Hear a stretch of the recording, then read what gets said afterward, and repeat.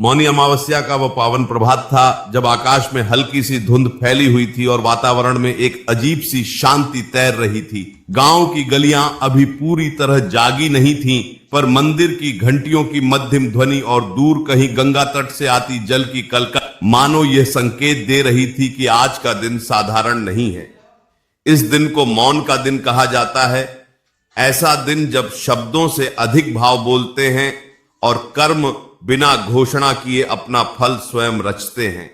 शास्त्रों में कहा गया है कि मौनी अमावस्या पर किया गया हर पुण्य, हर सेवा, हर त्याग कई गुना होकर जीवन में लौटता है, पर इसका सबसे बड़ा रहस्य यह है कि यह सब चुपचाप किया जाए, बिना किसी को बताए, बिना किसी अपेक्षा के।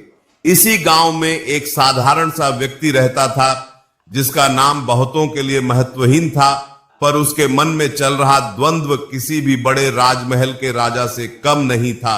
जीवन में संघर्ष, आर्थिक तंगी, पारिवारिक कलह और मन की अशांति ने उसे भीतर से तोड़ दिया था।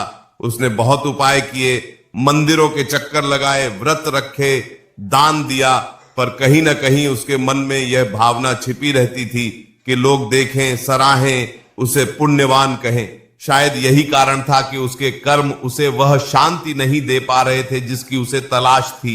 उस रात जब अमावस्या का अंधकार गहराता गया, उसने अपने जीवन पर पहली बार सच में मौन के साथ विचार किया। न कोई मंत्र, न कोई ऊंची प्रार्थना, बस मन ही मन एक प्रश्न, क्या ईश्वर सच में मेरे कर्म देखता है या लोगों की प्रशंसा अधिक मायने रखती है?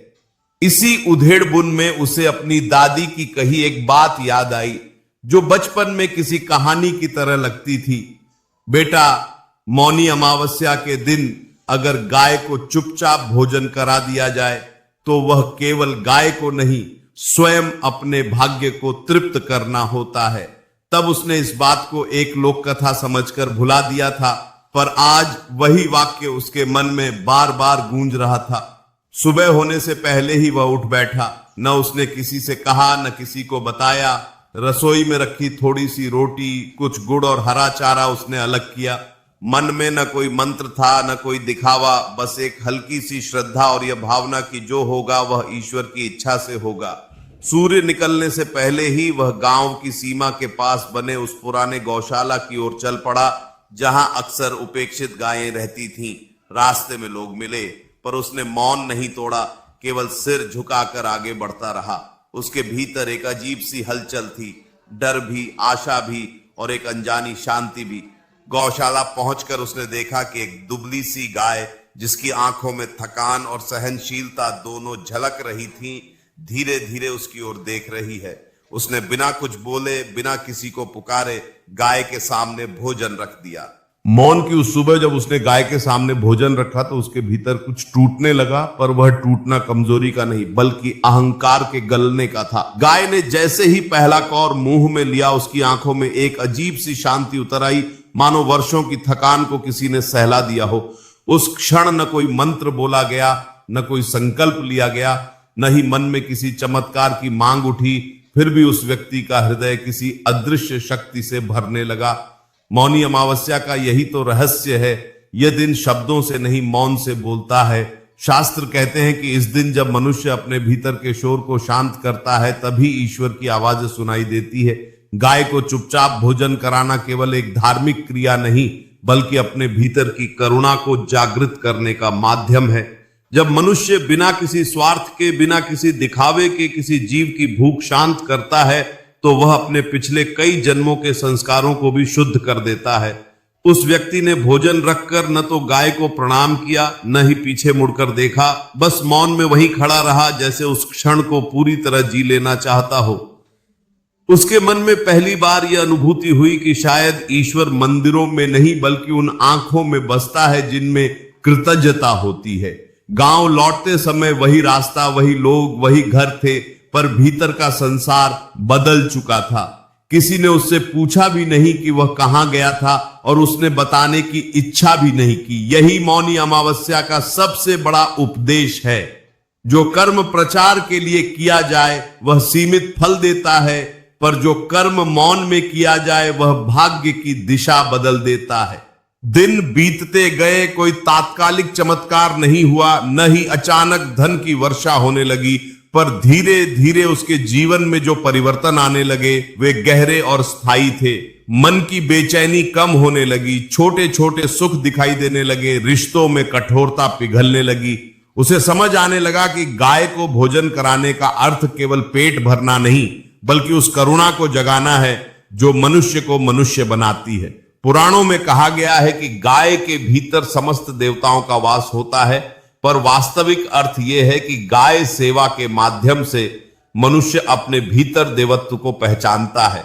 मौनी अमावस्या पर मौन रहकर किया गया यह छोटा सा कर्म धीरे धीरे उसके जीवन की सबसे बड़ी साधना बन गया और वह जान गया कि ईश्वर से कुछ मांगने से पहले बिना बोले कुछ देना सीखना ही सच्चा धर्म है।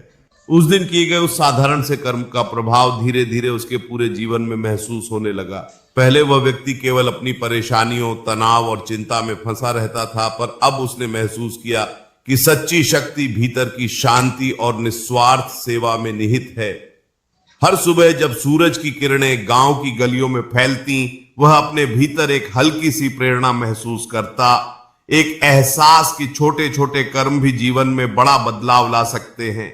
वह अब केवल अपने लिए नहीं सोचता था, उसके विचार और कर्म दूसरों की भलाई के लिए भी निर्देशित होने लगे। भूखे को भोजन देना, बीमार की सेवा करना, वृद्धों की सहायता करना, ये सभी क्रियाएं अब उसके जीवन का हिस्सा बन गई थीं। और जो सबसे बड़ी बात थी, वह अब किसी तारीफ या प्रशंसा की अपेक्षा नहीं करता था। उसका कर्म केवल कर्म के लिए होता था, केवल अपनी आत्मा और ईश्वर की भक्ति के लिए। गांव के लोग धीरे धीरे उस बदलाव को महसूस करने लगे। पहले लोग उसे तनाव और निराशा में डूबा हुआ पाते थे, पर अब वही व्यक्ति दूसरों के लिए प्रेरणा बन गया।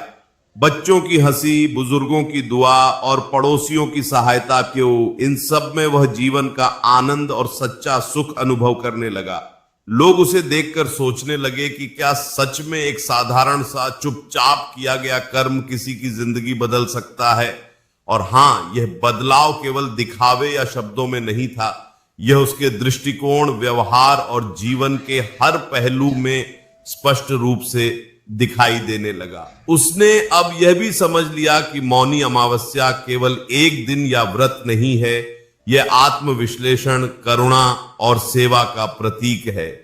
यह दिन हमें सिखाता है कि वास्तविक पुण्य और आध्यात्मिक शक्ति केवल पूजा, व्रत या शब्दों में नहीं होती, बल्कि उन कर्मों में होती है जिन्हें हम बिना किसी अपेक्षा, बिना किसी दिखावे के करते हैं। धीरे धीरे उसके मन में यह गहरी समझ विकसित होने लगी कि जीवन का सबसे बड़ा सुख और संतोष न केवल अपनी इच्छाओं की पूर्ति में है, बल्कि दूसरों की भलाई, सेवा और करुणा में है। अब वह व्यक्ति अपने जीवन में हर छोटे से छोटे अवसर को देखने और उसे पुण्य में बदलने की कोशिश करने लगा।